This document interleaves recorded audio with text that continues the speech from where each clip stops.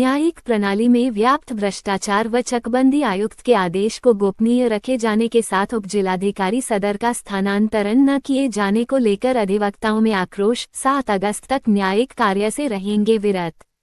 आजमगढ़। दी district bar association Azamgarh द्वारा सर्वसम्मति से पारित प्रस्ताव के क्रम में सोमवार को संघ के पुस्तकालय कक्ष में प्रेसवार्ता का आयोजन किया गया। संघ के अध्यक्ष अमित कुमार श्रीवास्तव व मंत्री रामनयन यादव ने प्रेसवार्ता को संबोधित करते हुए बताया कि चकबंदी आयुक्त उत्तर प्रदेश लखनऊ के आदेश 26 जुलाई के बावजूद जिलाधिकारी ने मुख्य राजस्व अधिकारी आजमगढ़ से आज तक उपसंचालक चकबंदी प्रशासनिक व न्यायिक कार्य प्रभार वापस नहीं लिया गया, जिससे अधिवक्ताओं व वादकारियों में काफी आक्रोश है। उन्होंने बताया कि इस मामले को लेकर हमारे प्रतिनिधिमंडल की जिलाधिकारी से मुलाकात हुई थी, लेकिन आज तक कोई निर्णय नहीं आया।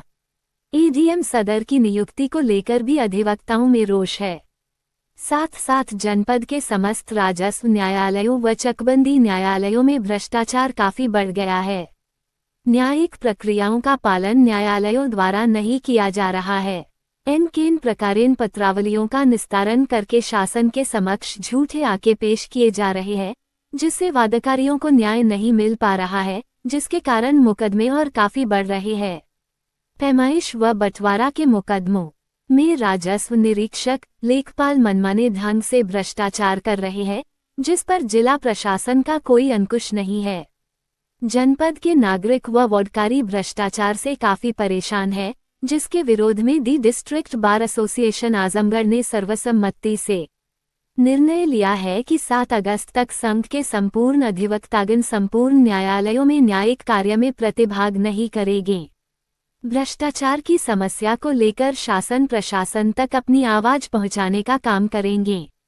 अधिवक्ताओं ने कहा कि अगर उनकी मांगें हैं 10 दिन के अंदर पूरी नहीं होती हैं तो वह आगे की रणनीति पर विचार करेंगे। बाइट रामनयन यादव, मंत्री अमित कुमार श्रीवास्तव, अध्यक्ष। वार्ता रखी है, क्या इसका मकसद है? क्या इसका मेन मकसद है कि जिस तरह से जिले में भ्रष्टाचार और जिलाधिकारी महोदय द्वारा जो रवैया अपनाया जा रहा है, हम लोग 31 को भी मिले जिलाधिकारी महोदय से। जिलाधिकारी महोदय से हम लोग 1 तारीख को भी 1/8 को भी मिले। भ्रष्टाचार ही मेन मुद्दा रहा और जीएस नवीन कुमार चकबंदी आयुक्त ने सीआरओ मुख्य राजस्व अधिकारी जो उप संचालक चकबंदी आजमगढ़ और मुख्य राजस्व अधिकारी दोनों पद और एसएलओ कई पदों पे विद्यमान हैं, लेकिन चकबंदी आयुक्त ने स्पष्ट निर्देश दे दिया कि 26 तारीख का आदेश है चकबंदी आयुक्त का कि किसी अन्य अपर जिलाधिकारी को चकबंदी उप संचालक चकबंदी के पद पर नियुक्त कर दिया जाए, लेकिन जिलाधिकारी महोदय द्वारा आज तक उस पर कोई कार्रवाई नहीं किया गया। सबसे दुर्भाग्य की बात यह है कि हम लोग 31 तारीख को भी जिलाधिकारी महोदय से मिले और 1/8 को भी जिलाधिकारी महोदय से मिले।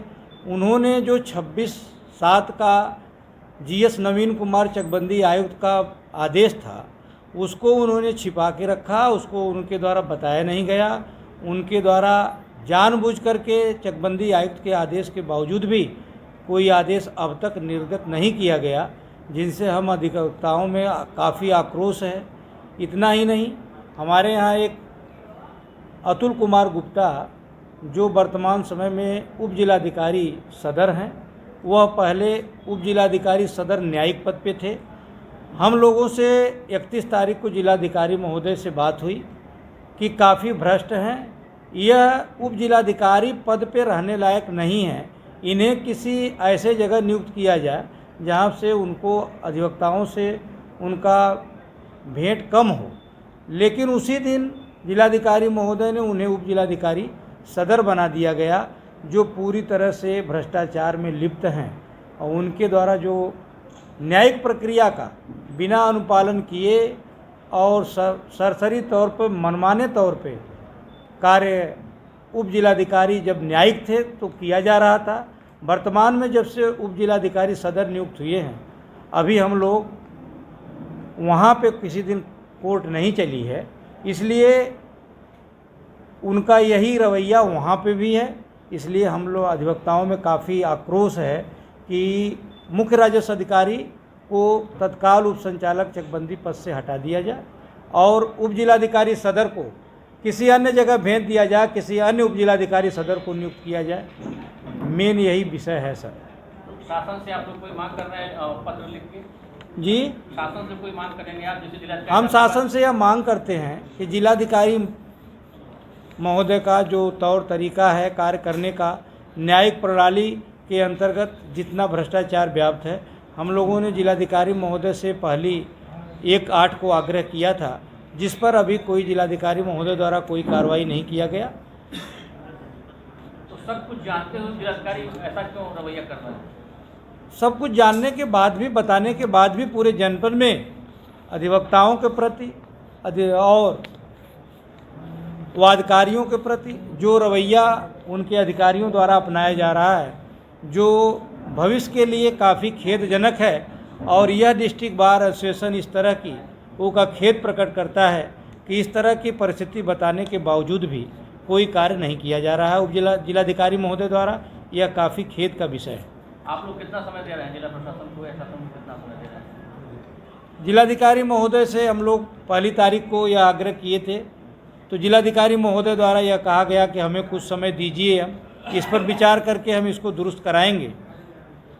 और जिलाधिकारी महोदय से हमारी यह मांग है कि कम से कम 1 हफ्ते 10 दिन के अंदर यह भ्रष्टाचार जो पूरी तरह से व्याप्त है, इस पर कार्रवाई कर इसे दुरुस्त करावें तथा उप जिलाधिकारी सदर का किसी अन्य जगह स्थानांतरण करावें तथा मुख्य राजस्व अधिकारी से चकबंदी आयुक्त के पत्र दिनांक 26/7/24 के क्रम में एक आदेश जारी करके किसी अन्य अपर जिलाधिकारी को वह पद दें जो चकबंदी आयुक्त का पद देखा सके। तो क्या जिलाधिकारी मतलब शासन की भी मंशा के अनुरूप नहीं काम कर रहे हैं?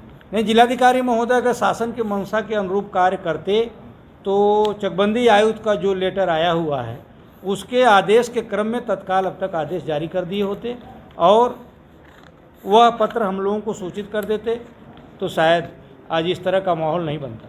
अगर आप लोगों की नहीं मांगे मानी कोई 10 दिन के अंदर, अगर हम लोगों की माने नहीं मानी गई, ऐसा है कि अगर अभी हम लोग सारे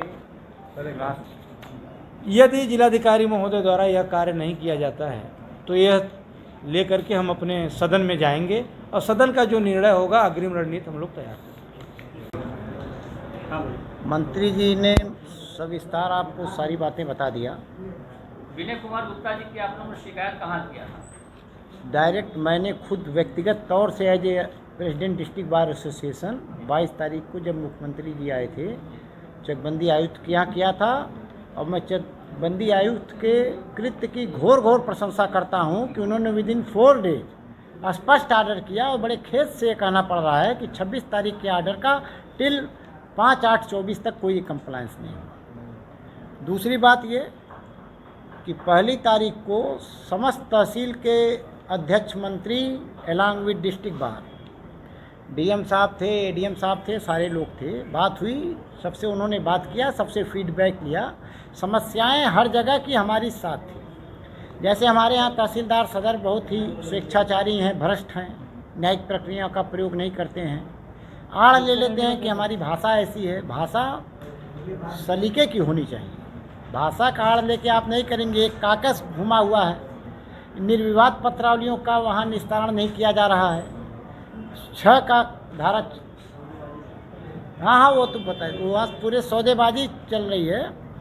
और हमारे संघ के संरक्षक माननीय राजा राम यादव जी बैठे हुए हैं। ये डिस्ट्रिक्ट बार के भी पूर्व अध्यक्ष रहे, सेंट्रल बार के भी रहे और सेंट्रल बार के आप एल्डर कमेटी के चेयरमैन भी हैं।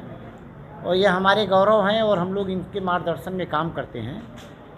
तो हम लोग 7 तक तो हम लोग न्यायिक कार्य से विरत हैं, लेकिन 7 के पहले ही सर से और लोगों से राय बात करके एक पत्र भेज के सेंट्रल बार के माध्यम से हम लोग आयुक्त से भी इस बात को अपनी बात रखेंगे, क्योंकि मंडल के मुखिया हैं, इसका पालन नहीं हो रहा है, उनसे करेंगे। और चूँकि हमारे बार के ही सदस्य माननीय लाल बिहारी यादव नेता प्रतिपक्ष विधान परिषद हैं और हमारे ही अधिवक्ता समाज के रामसूरत राजभर सदस्य विधान परिषद हैं। तो लाल बिहारी जी से भी हम लोग अपना पत्र बना के मुख्यमंत्री को संबोधित देंगे, ठीक है, कि इसकी किया जाए। हम लोगों को निष्पक्ष न्याय चाहिए, ईमानदारी से काम हो, रूल ऑफ लॉ प्रिवेल करे, नेचुरल जस्टिस हो, बस। और